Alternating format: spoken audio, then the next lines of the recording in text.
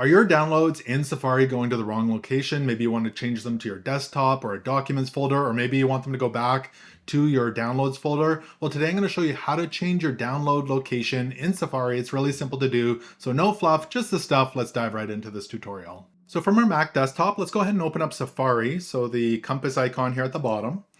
And once that's open, you'll see it says Safari here in the top left-hand corner. So we need to open up our settings. So if you left click on Safari, you'll see the settings option right here. You can go ahead and select that. And this will bring up our Safari settings. Now, there's a bunch of different tabs here at the top. The one we're looking for today is the General tab over on the left-hand side. You can go ahead and select that. And under the General tab, you'll see an option here that says File Download Location. And you can see that's currently set to download. So here where it says downloads, if I left click on that, it'll give us a couple different options. So the first is ask for each download. So you would use this if you want your computer to ask you every time you download something where you'd like it to go.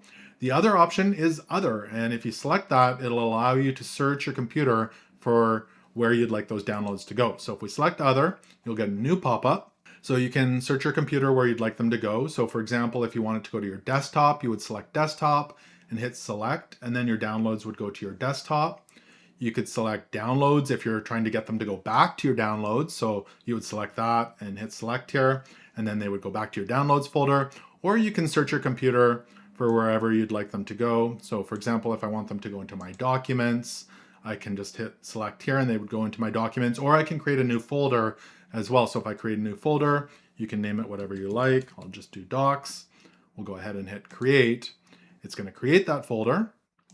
Make sure that's selected, and then just go ahead and hit select, and it's going to change it to that. Now, I do need to kind of refresh the screen here, so we'll just load that back up.